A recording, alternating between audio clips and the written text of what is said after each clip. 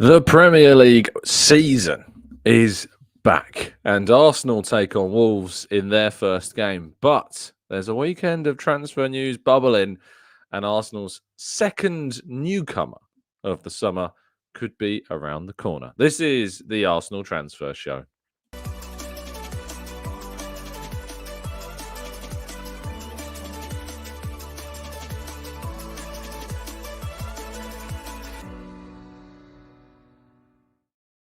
Hello and welcome to the Gooner Talk, back again with you guys and girls for another episode of what is the Arsenal Transfer Show, joining you every single morning at 8 a.m. UK time. Thank you as always for joining me and making this a part of your morning routines. It is incredibly appreciated. I hope you had a fantastic end to your week, and I hope that your weekend is going to be absolutely brilliant. With, of course, the start of the Premier League season kicking off yesterday, but for Arsenal, it all starts this afternoon at 3 o'clock at the Emirates Stadium as Arsenal, as I say, take on Wolves and hope to get their Premier League title charge for the third successive season off to the perfect start. But good morning to those joining us live in the chat box. Thank you, as always, for doing so. It is incredibly appreciated. Good morning to Sablu, to Jakob, to Edison, to Barney, Brad, Rob, Barry, Jose, Carlton, Shanor, Damien, Adegoke, Amira, Paul, Stephen, Sweating Merlot, Steve, Z, Maximius, Mark, Clincy. We've got Sir Nicholas and Josh, Tom, Stevie and Temmie and Luke and Roy and Natty. Thank you to you all for tuning in. It is incredibly appreciated, and I hope you've had good weeks. And those that are listening on catch up, appreciate your time as well. Right, let's jump into today's stories. We start with yesterday's kickoff to the Premier League season, which was with Manchester United squeezing past Fulham. Very fortunate in the end to rely upon a fortunate touch, if you will, from Joshua Zirkzee to give them that 1-0 win and to kick their season off in the way that they would want. My goodness me, though, I don't think anything's changed. Manchester United still jamming their way through games and still not looking all that convincing, it has to be said, which is fine by me. And I do hope that as the season goes on, of course, it's a symbol of where they might be and still might be under Erik ten Hag, and the expectation of dropping more points, of course, as the games progress. But Fulham, you know, I do think that they will get better, and the likes of Smith Rowe, etc., and Muniz, of course, will find form once again, and I think they will be a side that take points off some very decent teams this season. But Manchester United coming out on top, probably deservedly so, but still squeezing past teams they should beat comfortably, you would argue, at home. Meanwhile, there was a winning start for Arsenal's under-21s. They played, actually, against Manchester United in their first game of the season and came out on top. And there was an interesting hint, of course, for the Premier League team. There was a lot of talk about whether or not some of the youngsters would be involved. It came across yesterday afternoon, and I said it during the actual preview show, but it turned out to be not the case, that Miles Lewis-Skelly wasn't in the squad. He was in the squad, and actually he started the game, it turned out, despite all of the rumours that were flying around ahead of it. So did Josh Nichols, so did Aidan Heaven as well. The team was Arthur Okonkwo's brother, Brian Okonkwo, of course, who stayed with the club. He was in goal because Nygaard is injured at the moment, and Tommy Setford was also not in the squad, which maybe means he'll be the third goalkeeper for the senior team. He might be with the squad tomorrow for the Premier League game. Josh Nichols at right back, Monlouis, Heaven and Lewis-Skelly playing in that left back role. Rosiak and Gower in midfield with Salah-Eddin, Kabia, Butler Uyadeji and Edwards were also... Sorry, not Salah-Eddin, just Uladamhand, I believe, was in that position in the attacking midfield role too. So Butler Uyadeji, and it was interesting because there was no Ethan Nwaneri anywhere to be seen, which you would think, of course, gives you a bit of an indication about where we're at right now in terms of him and the Premier League team. I would expect to see him as part of the Premier League squad this afternoon, and we hope indeed that he is going to be with that squad as well. But it's worth looking at some of the players who weren't with the team. No Charles Sago Jr. there, which could be an indication, of course, that he could be off. There's been suggestions that Shrewsbury Town are interested in taking him on loan. Tommy Setford, we've already mentioned, but no Ferdinand either. Benjamin Ferdinand not there. Nygaard is injured. Charlie Patino not there. Omar Rekik not there. And Alexi Rojas as well, not there either. So some interesting exclusions, and maybe that's to do with loans, or maybe that's to do in the case of Nwaneri that he'll be with the Premier League team later on this afternoon, which is obviously a good thing. But yes, a 4-2 win, really positive result in the end for the Arsenal team that were very comfortable. There was no Chido Obi Martin, of course, in the Manchester United squad. That's still not been confirmed.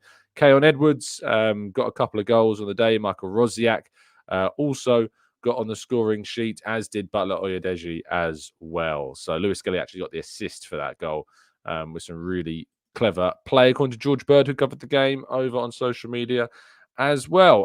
But yes, that's the roundup from the under-21s. Meanwhile, of course, Arsenal do take on Wolves today in their Premier League game, as I've mentioned. If you want to go and watch our preview show ahead of the campaign and ahead of that first game, that is the latest live upload on the channel. I would recommend that you go and give that a watch, and go and give that a it'd be great if you could go give it a watch. Basically, that'd be great. But Arsenal against Wolves is this afternoon at 3:00 at the Emirates Stadium, and as is always the case, Arsenal, of course, had a press conference ahead of that game where Mikel Arteta faced the media in the brand spanking new press room. I don't know if you've seen the images. I will look forward at some point this season, I'm sure, to get in there and having a look at the brand new press lounge, where, of course, it's been painted out in the black walls with kind of the gold trims, and the new Arsenal bench where Mikel Arteta sits before each game, with the Shelby Realty Training Centre going through some renovations over the summer.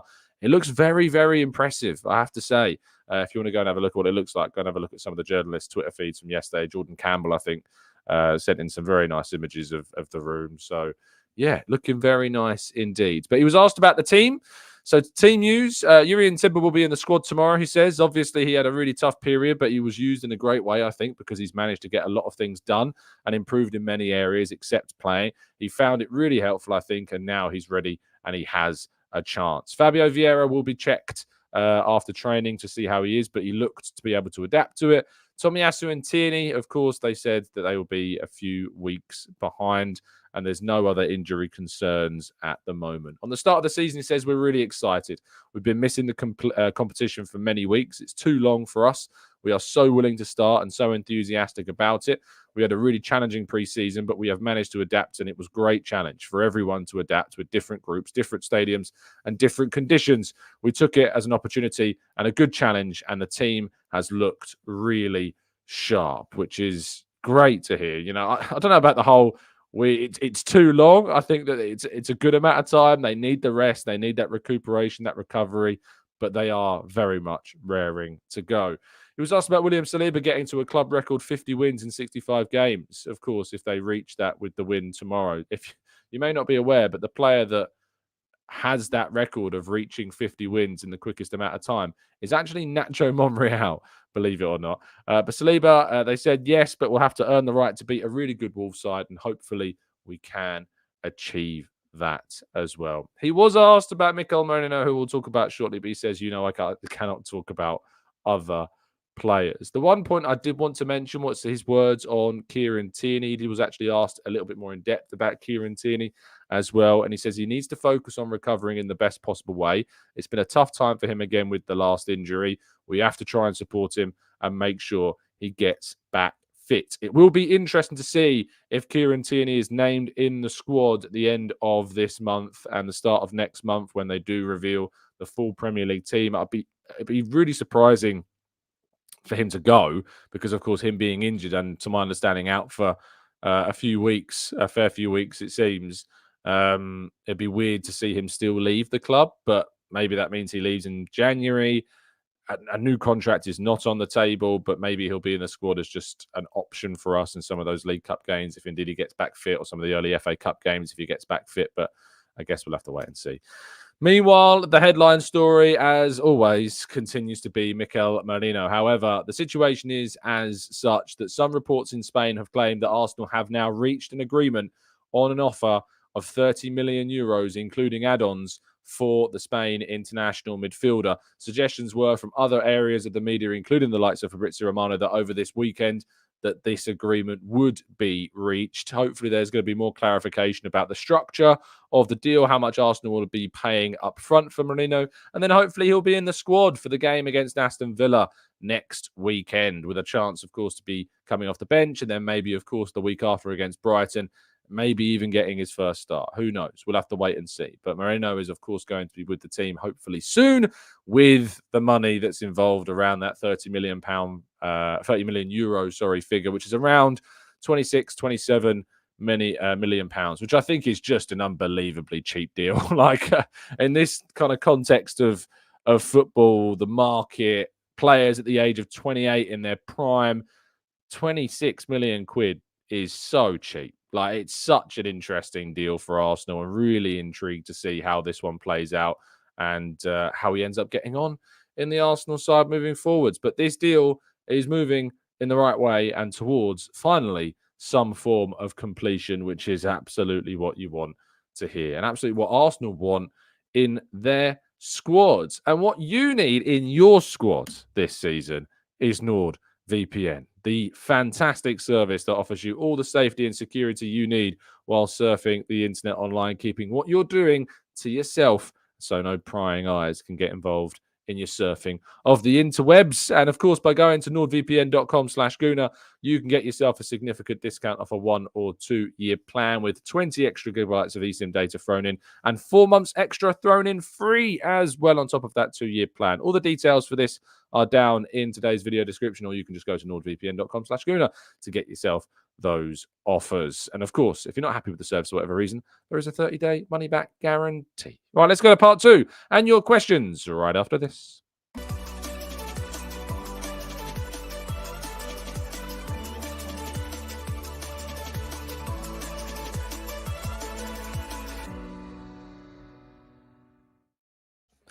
Okay, this is the part 2 of the show where, of course, we will be jumping into the chat box and discussing many of your questions and more as well. So if you've got any, now is the time to throw them into the chat as well.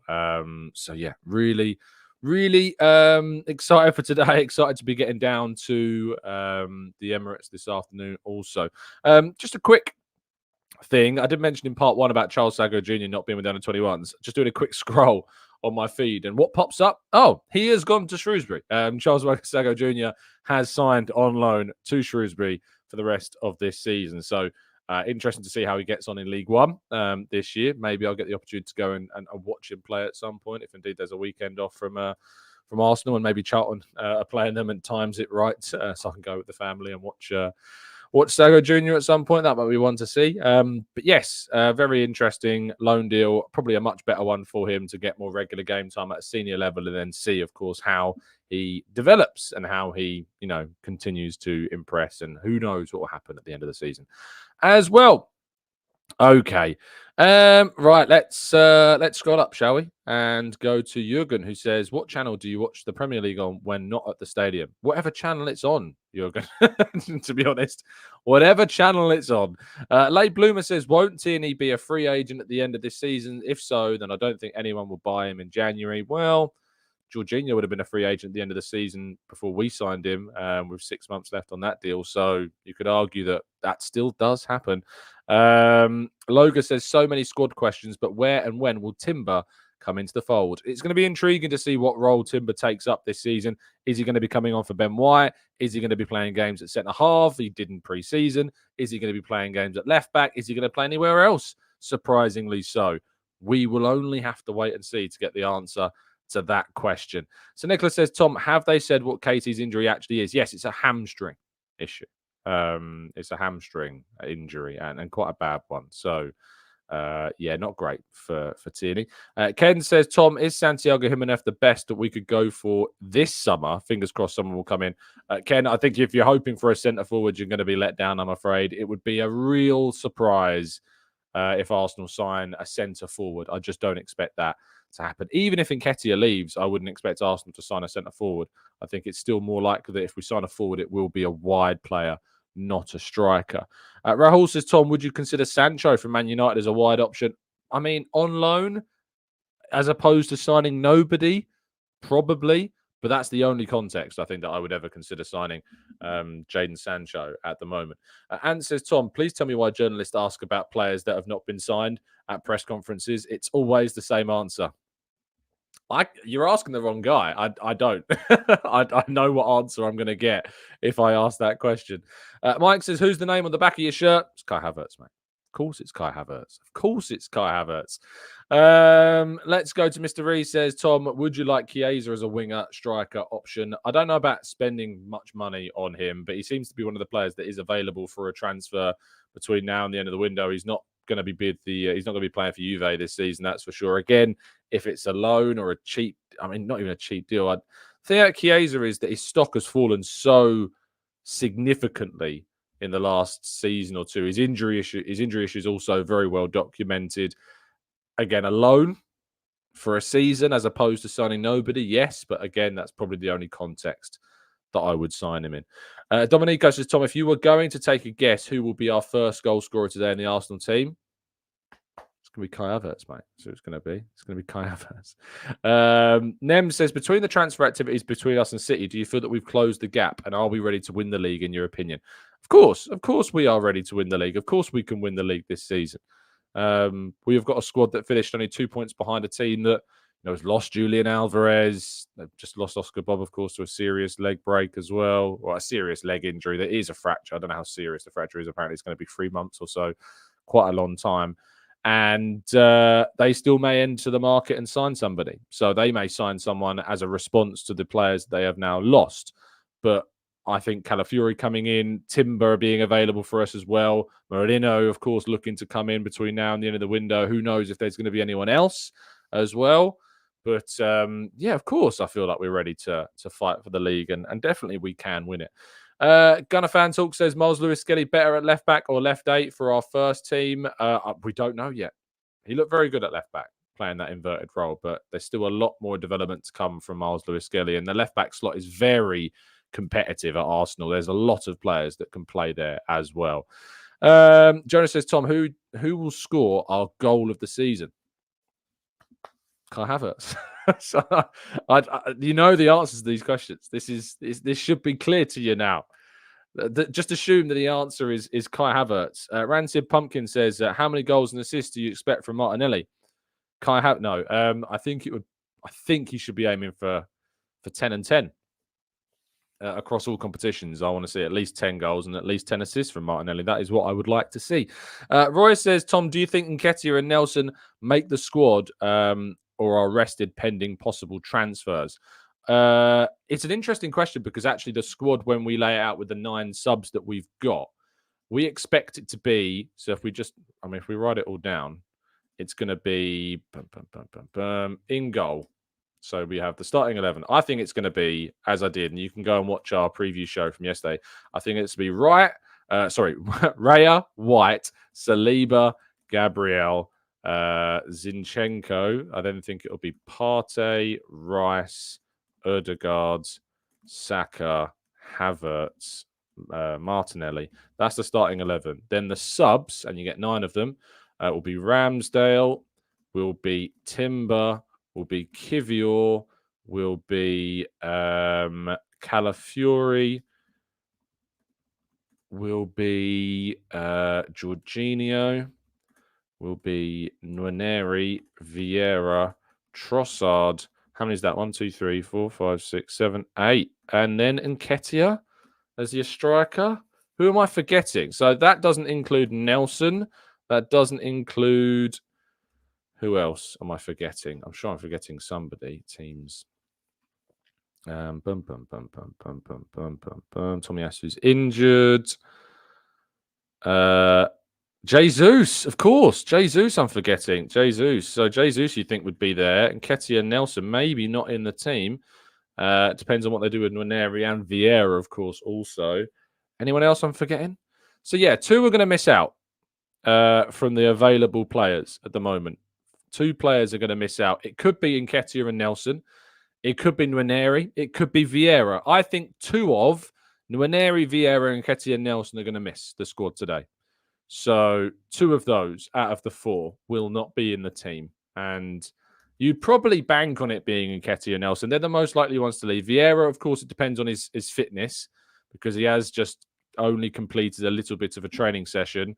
So it might be that he is. But of course, you've got Trossard and Jesus. So do you need Nketiah and Nelson? I would argue that maybe Nelson should be in there of the 2 over maybe Vieira. Because Vieira, of course, if he's not fit and you want more of a natural winger, then Nelson as well as Trossard as an option from the bench also. But yeah, that would be my bench. That would be what I would choose. So I think that makes the most sense.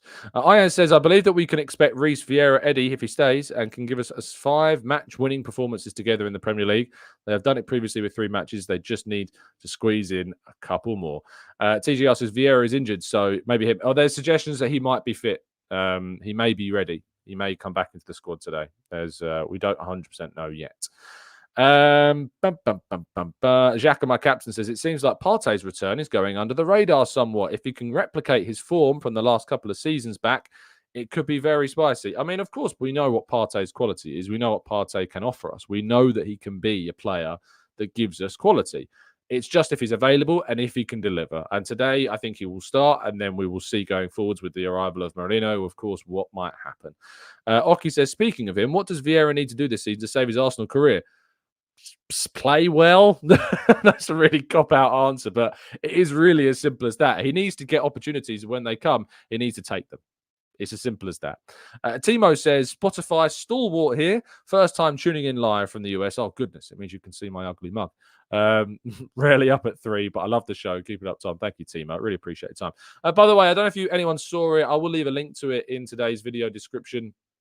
I also did share it on our community feed, but I was invited by TalkSport to preview Arsenal's season on their YouTube channel. So if you'd like to watch that, there's a link to it in the chat, and I'm now going to save a link to it in today's video description as well. Potsy was teaching me this like redirect thing that you can do on YouTube, like where the stream ends and then it kind of goes somewhere else. But I've tried to do it and it's really odd. It's not working for me. So let me just put that in the top part of the description. So if you want to go and watch that after today's show, you can go and watch that. If you're listening on audio platforms, hop over to YouTube and then click that as well. And yes, TGR, I did indeed talk sport. Yes, I did. Let's go to Arsenal Avenger says, hey, Tom, what are Wolves' biggest threats in your opinion? It's a good question because they have lost Pedro Neto. This is a big loss to them. Their last pre-season fixture was a 1-0 defeat to Rayo Vallecano. I don't know what that team was. If I go onto their Twitter page and scroll down far enough, you should be able to see what the lineup was for that game. But that was how long ago? It's 10th of August, 7 days ago. Okay, so we're going to have to scroll quite far down. Let's have a quick look at what that team was for that game on the 10th of August. Here we go. So the team was Jose Sarr in goal, Matt Doherty, Mosquera, Totti, Aït-Nouri, Sarabia, Lamina, João Gomez. Their new signing is it Renato Gomez? What's his first name? You've got João Gomez and you've got Rodrigo Gomez is the other one. So yes, they've got 2 Gomezes now. Hwang and Strand Larsen, who is a player they've obviously brought in this season as well. Previously, I think playing in La Liga. Yes, he's on loan this season from Celta Vigo. He scored 17 goals in 69 games for Celta Vigo, but he's kind of a right-sided player, so I guess he takes over that spot from Neto. Yeah, one to look out for. On the bench, they're Bueno and Dawson and Doyle, Semedo, Bellegarde. They've got Gonçalo Guedes has returned as well to Wolves, Chiquinho and Lima as well.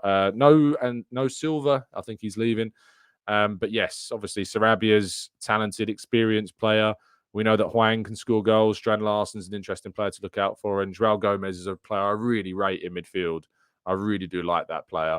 So, yeah, there's a few players that can definitely cause us some harm.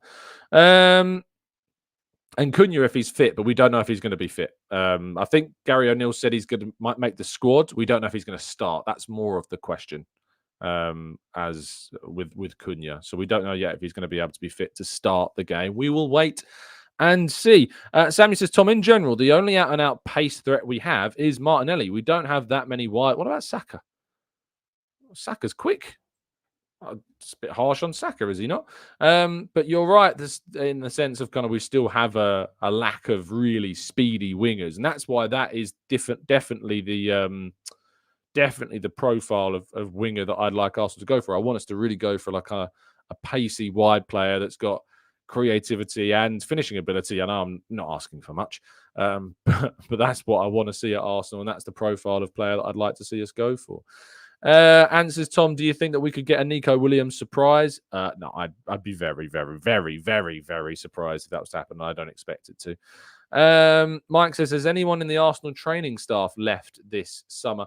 There has been a lot of changes actually in the Arsenal training and coaching staff. Let me just see. I think I saw an article about this. I'm pretty sure. Let me find it for you. I think my colleague Kaya did one at Football London this year, if I can find it. But I can't remember how long ago it was written. But there was. Here we go. Mikel Arteta confirms reshuffle. So, Simon Murphy is to become the club's head physio. He takes over the role from Jordan Rees, who left to join Manchester United this summer. Rees links up, of course, with Gary O'Driscoll, who went there as well. So Simon Murphy has now been kind of promoted to this. Elsewhere in the Arsenal backroom, football methodology analyst Kevin Balvers has left the club. Balvers has been Arsenal's first appointment in the role when he arrived from Malmo in 2021. And of course, we know that Richard Garlick has taken over to be the managing director with Vinay Venkatesham having left. Beyond that, I'm not sure of any other changes in the backroom staff, but there's a lot of coaches. That's the thing I always notice when there's kind of a huddle now, when the team have like a drinks break. There's like as many coaches out there as there are players. So many individuals in the coaching staff these days. It's a very busy operation. So that's one to look out for. I also realize we're now 27 minutes in and I haven't reminded you yet to help us to reach 1K every day. So we might need your help. So please do drop a like on the video if you could ever be so kind. Subscribe to the channel if you're new around here with those notifications turned on so you never miss a show. I usually am better at remembering, but that was terrible. 27 minutes in and I've not yet told you to like the video. So if you've not yet liked it at this very moment, please do. As she says, how about signing a number 9 like Victor Gyökeres or Jimenez? Yeah, I don't see it happening, mate. I just don't. Gyökeres is £84 million, and Arteta has already told us to not expect that type of signing. So I am not expecting that type of signing. Nunandinho says, will you be interviewing any of the players post-match? Do you have access to the specific players, or is there anyone that you come across? So what happens after games is there's 2 of us at games. You've got myself and Kaya. Kaya does the press conference. I do the mix zone. So I'll go down to the mix zone after the game with some of the other journalists and keep our fingers crossed that we get to speak to somebody. Sometimes we get a bit lucky and I can grab someone or someone else can grab someone and they're willing to chat. Other times we have to rely on the players being kind of brought to us by some of the media liaison staff.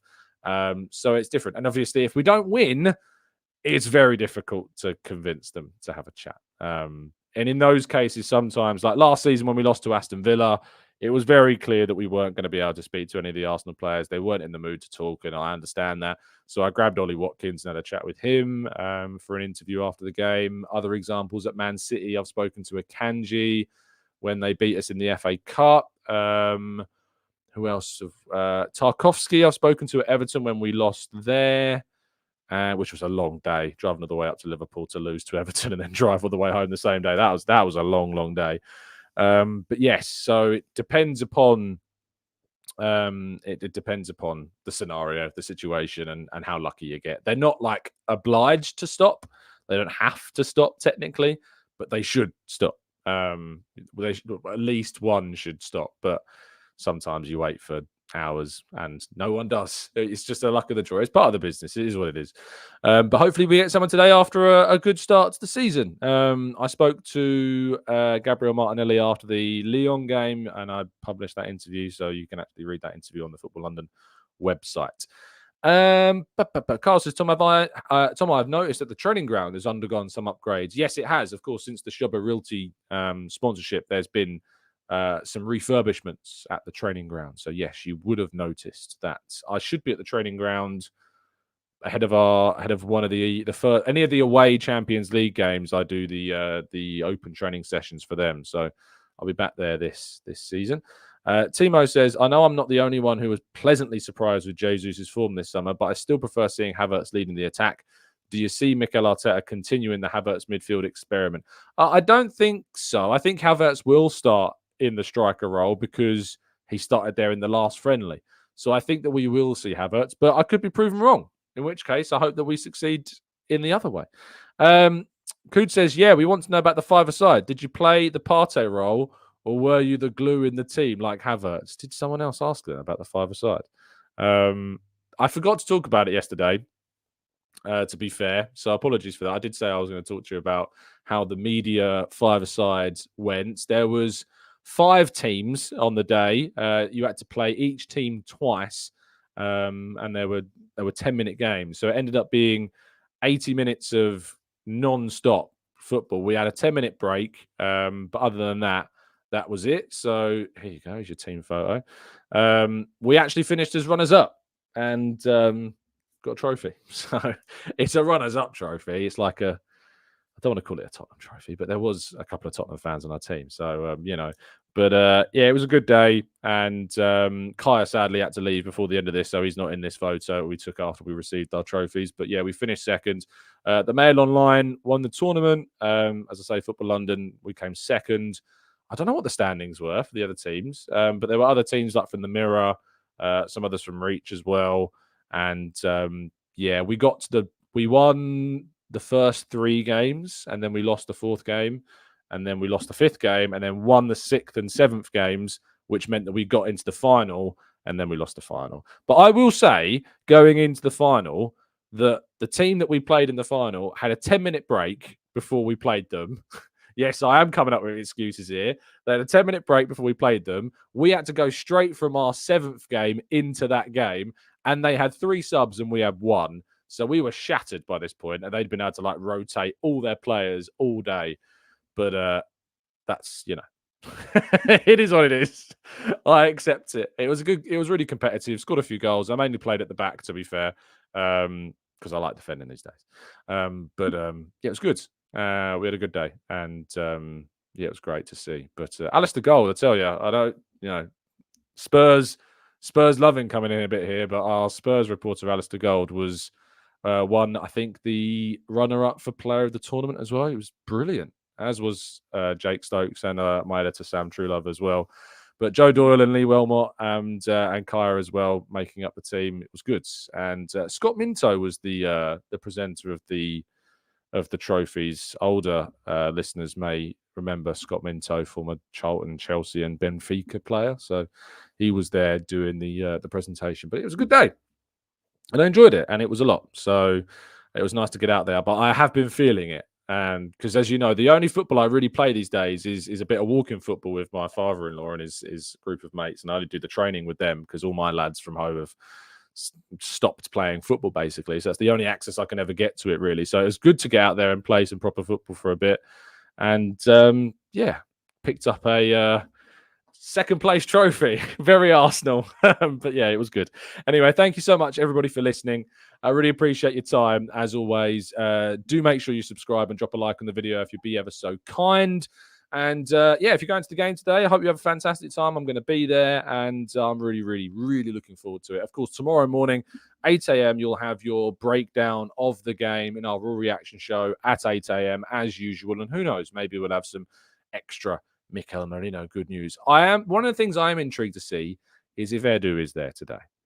Edu, I see Edu after every single game. He comes and says hello to all of the journalists in the mix zone after the game, and he's usually always there. So if he's not there, because we know he has been in Spain, maybe it's because he's completing that deal. But I'll let you know if he's there or not, or whether we see him tomorrow, probably later on in the afternoon. Of course, if you're unable to watch the game, I'll be doing the minute by minute over on football.london. So make sure you stay tuned over to that for your minute by minute commentary. And yeah, I'm looking forward to it. Have a great day. Stay safe, stay well, stay happy and respectful. And as always, Up the Arsenal.